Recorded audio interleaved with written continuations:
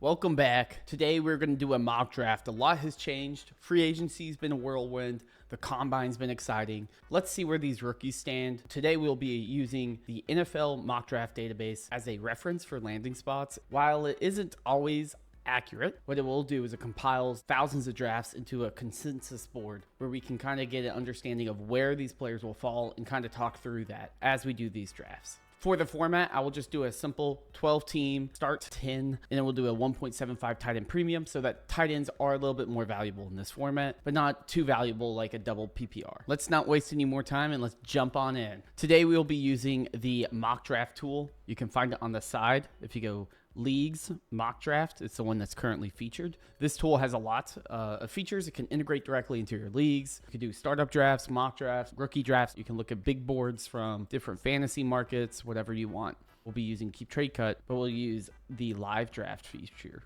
A live draft, rookie draft, Superflex, 12-team, and then we'll just be picking for everybody, so the randomness doesn't matter, and then we'll start the draft.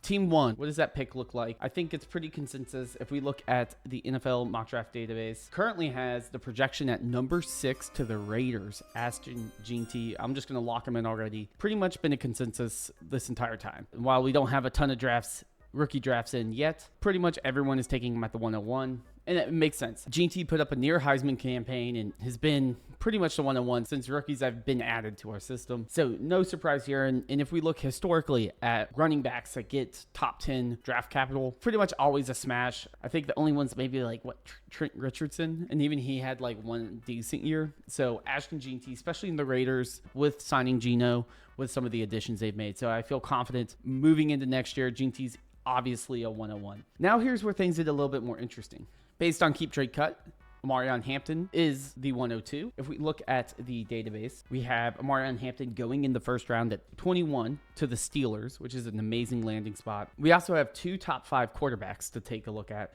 in Cam Ward and Shedeur Sanders. Last year, everyone was low on Bo Nix, on Penix. Those guys still got draft capital, and now all of a sudden, Bo Nix is, the darling that everyone loves. If a team is investing top 10 draft capital at a quarterback, we need to take that seriously, even if we don't love the prospect. So given that, I'm still going Omarion Hampton. If we look historically, if you get a first-round running back, they are going to have a huge workload. And in a landing spot like the Steelers, they want to run the ball. They don't have an insane passing offense. Hampton is also a complete back. And there's teams that are saying that he might be better than Gene. They have him ranked higher. I'm just going to take that, especially with the revitalization of the running back game and the run game in the recent seasons. Running back's a safe bet here. If I can get a first-round running back at the 102, I'm going to do that. Okay, next, we got the 103. So we got a couple options here. We have Cam Ward, 101 to the Titans. We have Shedeur Sanders to the New York Jets. We have McMillan going 9th to the Saints. I think that's an interesting option. We also have tight ends. We got to give them a little bit of love.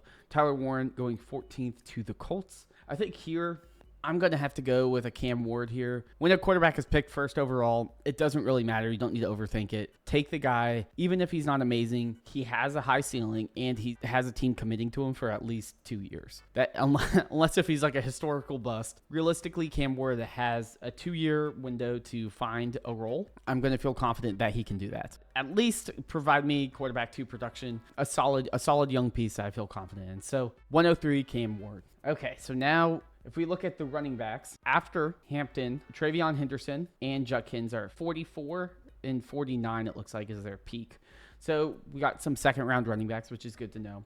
We also have Tech McMillan at the 9th overall pick, and we have Shedeur Sanders at the 3rd overall pick. These are the picks that are a little bit harder for me to make because the process probably says I have to take, based on draft capital, a McMillan or a Sanders. Even though they might not be the best value on the board, team is investing top 10 draft capital on someone, and I don't want to overthink it and be like, yeah, I don't need Bo Nix. I'm going to let him go to the 2nd round.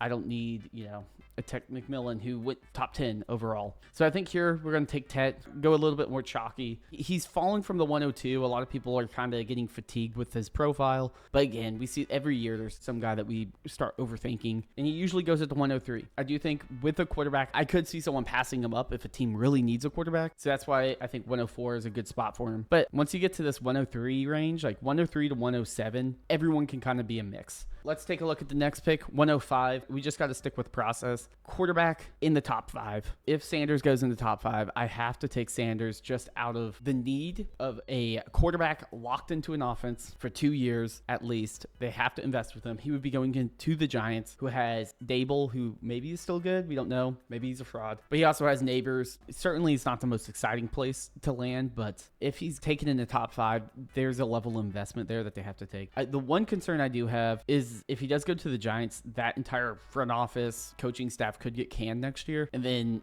he's kind of a lame duck quarterback of, okay, how invested are they in Sanders? Next pick, this is where I'm going to be really looking at wide receiver, tight end, and running back. If we look at the next quarterback off the board, it's Jackson Dart, 34. I'm not taking the second round quarterback at 106. We don't need to follow that. Running backs, we have Henderson at the 48th, Judkins at the 50, and Caleb Johnson 67. Those are going to probably all be first round running backs that we're going to want to take. We also have some late first wide receivers to look at. Matthew Golden projected 20th to the Broncos. Egbuka going to the Rams, which is crazy.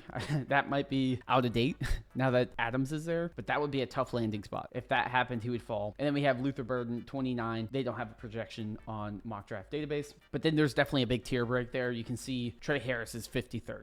So we do have 3 late first round wide receivers that could sneak into the first round, which some will certainly. And we have Tyler Warren and Colston Loveland in a 1.75 tight end premium.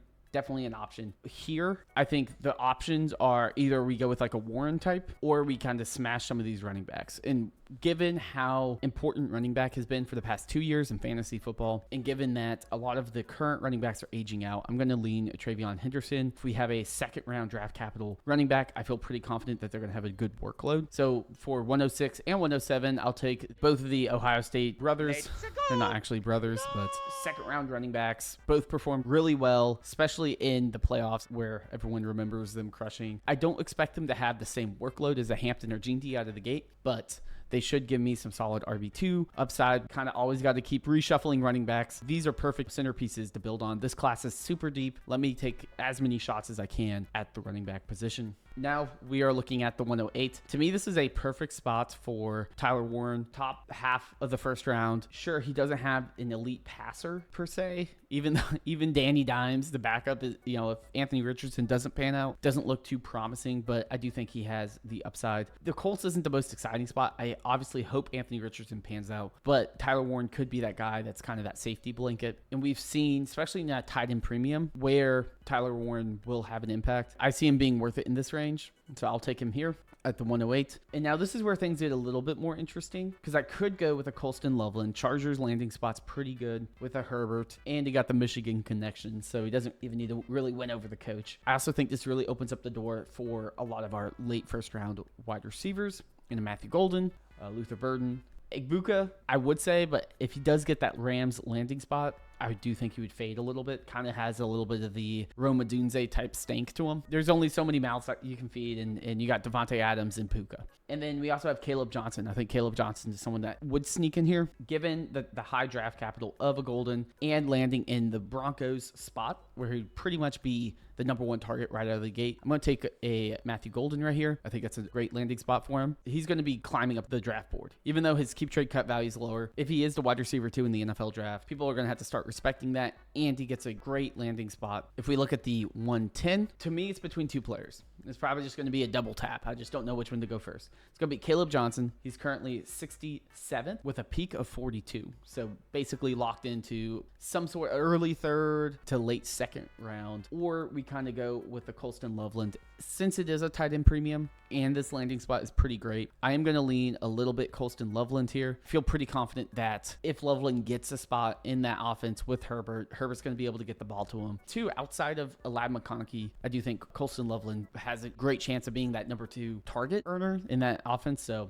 pretty confident there. Honestly, if you switch any of these guys, I'd feel confident with. If you're like, I actually love Loveland more than Warren, go for it. I think this range is kind of when it gets a little bit blurry. Here at the 111, I think if Caleb Johnson gets second round draft capital, I feel confident putting him here. If he doesn't, I could potentially look at taking someone like Egbuka or Burden. I think those are decent options. And I guess we completely forgot about Travis Hunter. Travis Hunter is a little bit of a wild card. So Travis Hunter is projected 4th to the Patriots. Obviously, if you have like an IDP league or something, you're obviously going to take him. It's hard for me to lock him in. To me, if Caleb Johnson gets solid mid second round draft capital, I would take him. Considering he's a 3rd round pick here, I'm probably going to let him slide a tiny bit. Given Igbuka's landing spot, I'm going to lock in a Luther Burden here. I do think that's a potential landing spot, given that Adams isn't a long-term fix for the Rams, but I just can't pick the locked-in wide receiver 3. There's no way Igbuka is going to outshine Adams or Puka. It's just not going to happen.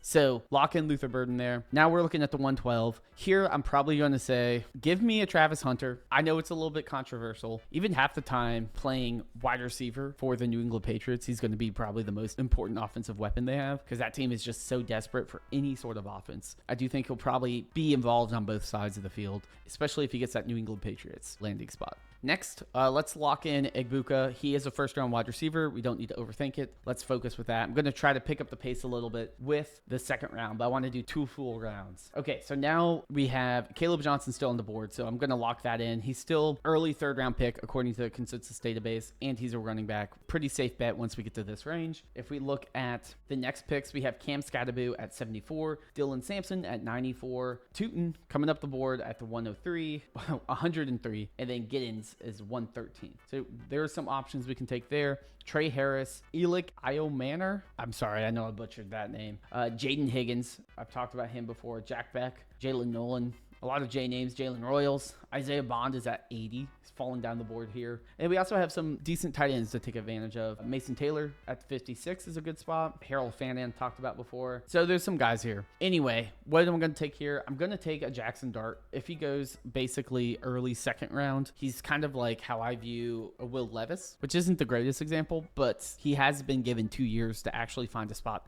To me, if you're given, 34th, you're going to have some flexibility. You're probably still going to give 1 to 2 years. I know Jackson Dart 2 has a chance of even sneaking into the 1st round. And if he sneaks into the 1st round, you're probably looking at him going around the 110-ish range. Now, if we go to the next pick, I kind of like Cam Scatterbu here. I do think he's probably the last one in this tier. Again, running backs are going to be a solid bet in this range. And given that he has 3rd round draft capital, I'm going to take that. There's definitely a big drop off between him and Dylan Sampson in terms of the draft, a 20 pick difference. So Cam Scatterbu, then we can kind of pick up some of the extra value at wide receiver, pick up like a Jalen Milroe, and then circle back to those late round running backs. So here I kind of hinted at it. I do think Jalen Milroe is the guy I'm going to want to take. So he does get 2nd round draft capital. In 2nd round draft capital, quarterbacks aren't the most impactful. That being said, all I need him to do is to have like one decent game and show that rushing upside, and I can maybe use him to trade, get into a more solid asset. He also kind of has that crazy upside of the rushing upside that a lot of people like. This is not me really necessarily believing in him. This is me more saying he's a profile that if he has one good game, I can easily flip. Next, we're going to probably look, I completely forgot about Ollie Gordon.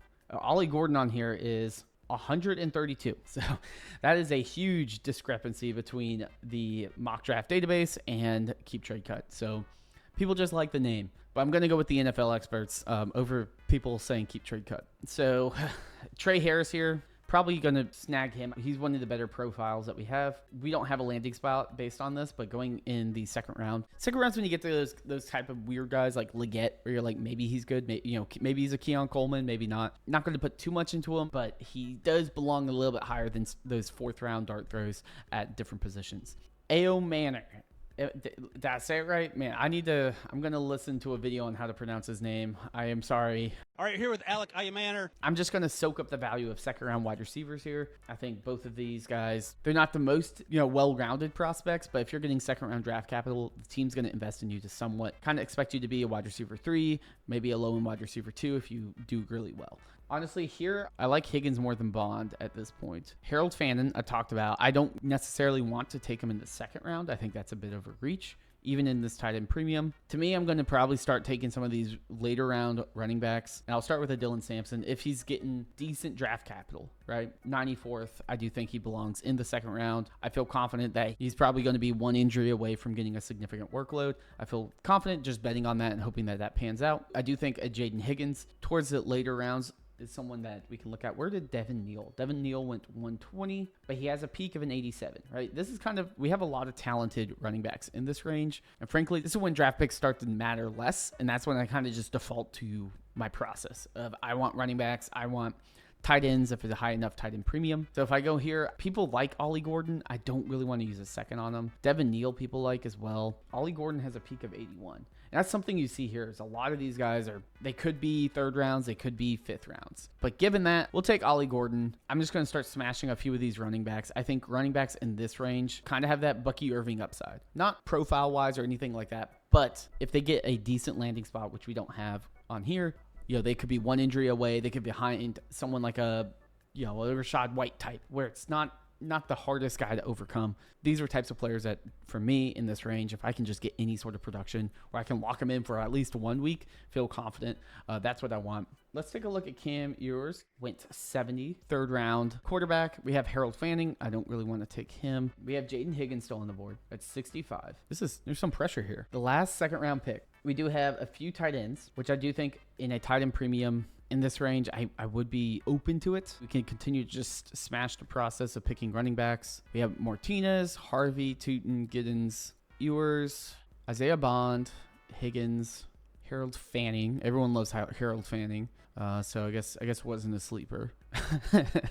I'm probably going to go Elijah here. A couple picks below Mason Taylor, but the community seems to be a little bit higher on him. Once we get to this range, like if the landing spot is a lot better, I could totally see Elijah or Mason Taylor being a mid-second in this type of format. Once you kind of get to this Trey Harris, you're like, okay, well, before I just start taking random dart throws at running back, I'm going to start smashing some tight ends.